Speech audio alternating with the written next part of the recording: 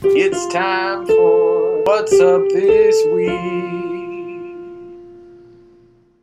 Hello, and welcome to What's Up This Week, your weekly dose of history, facts, and trivia from University Branch Library. This week, we remember the plight of one man who was committed in the fight against apartheid and in favor of freedom for all. Nelson Mandela spent 27 years in prison and was finally released on February 11th, 1990. As a child, Nelson began to learn about South African tribal history, politics, and diplomacy. He later studied law and joined the African National Congress Youth League, a political organization to fight against the new discriminatory apartheid laws enforced by the South African government. Mandela traveled the country to organize a resistance campaign to protest the new policy.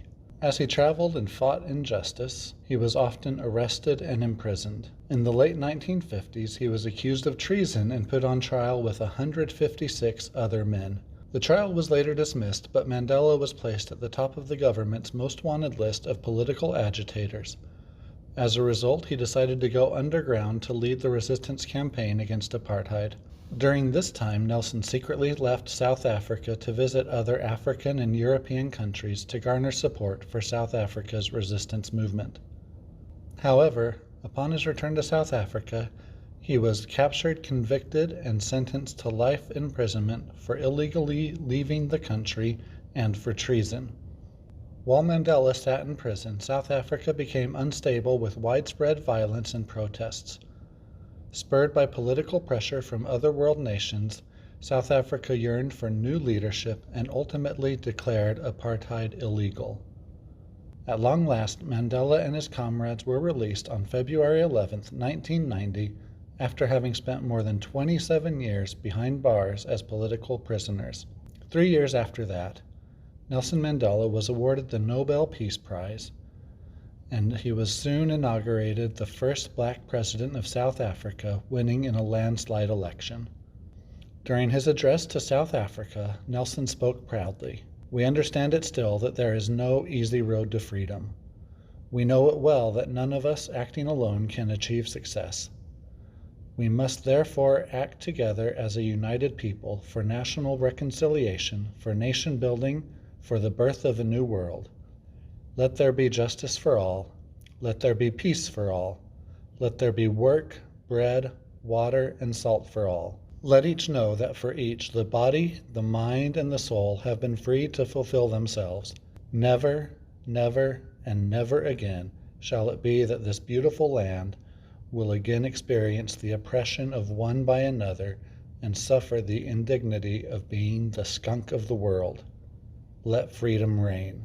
If you'd like to learn more about Nelson Mandela and his mission, the library has several books available.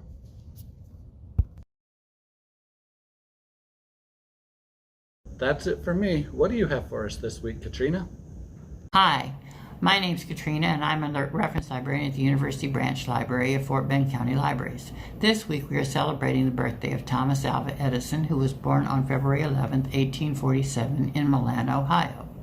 He was homeschooled by his mom, who taught him natural philosophy, chemistry, physics, and other sciences. At 10, he set up a chemistry lab in the basement of their home and conducted original experiments.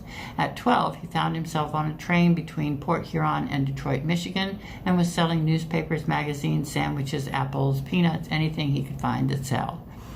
He also set up a chemistry lab and a printing press in the baggage car. On the printing press, he printed a small newspaper that he sold for 8 cents a copy. In his teens, he went to work for Western Union and he conducted experiments in electrical currents.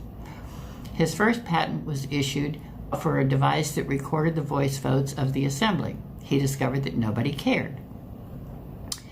His next patent, his first successful patent, was for the Edison uniform stock ticker. And with the money that he got for that, he was able to set up the labs at Menlo Park. In 6 years, he and 50 engineers garnered more than 200 patents at Menlo Park, and he became the Wizard of Menlo Park. He outgrew Menlo Park and set up a lab in West Orange, New Jersey, where he invented the phonograph, the kinetograph. He worked with fluoroscopes. He invented the incandescent light bulb.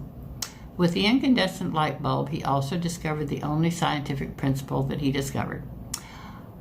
If you run a wire next to the charred cotton filament in the light bulb, a current passes between the wire and the filament, and that is called the Edison effect, which is the scientific principle that he discovered.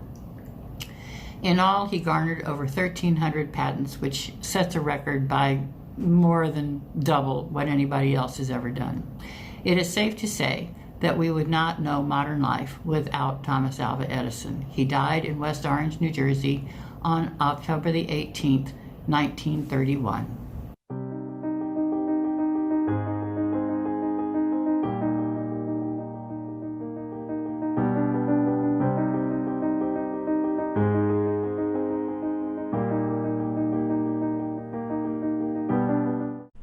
Hi everyone! This week's weird thing is that February 9th is Extraterrestrial Culture Day.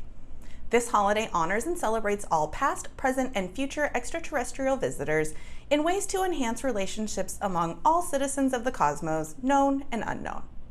It was started in New Mexico, home of the Roswell UFO incident of 1947.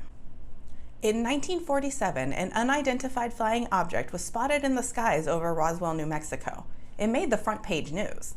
But the next day, the Roswell Army Air Force released a statement saying that it was not a UFO, but the remnants of a weather balloon.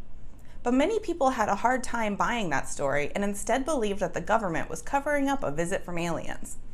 In the 90s, reports on the true nature of the crashed objects were released, and since then, Roswell has been described as the most famous, most thoroughly investigated, and most thoroughly debunked UFO claim. Still, the idea of UFOs, alien abductions, and the search for other life forms in our universe has taken root in our culture. There are countless books, movies, TV shows, games, and other artistic endeavors that are inspired by the idea of extraterrestrials. Some depict them as friendly, curious, or cute, while others envision them as enemies of mankind. It's fun to joke about aliens, but the US government takes them seriously and have been collecting reports of UFO sightings for decades. The COVID-19 relief bill passed in December 2020 included a stipulation that the CIA, FBI, the Pentagon, and other spy agencies must release their documents regarding UFO sightings to the public. Thousands of pages of these documents have been released, and they include accounts of UFO sightings from the 1940s to the early 1990s. You can view these documents on the CIA's website. To celebrate Extraterrestrial Culture Day, you can learn more about the incident at Roswell, watch your favorite alien movie or documentary, or read a book about alien encounters. I highly recommend The Hitchhiker's Guide to the Galaxy by Douglas Adams. If you've never read it, I'm sure you'll enjoy some of my favorite fictional aliens, Ford Prefect, and Slarty Bartfast. Whether you're looking for real-life accounts of alien sightings or just fictional stories, we're sure to have something in our collection for you. Be sure to join us again next week for more trivia from University Branch Library.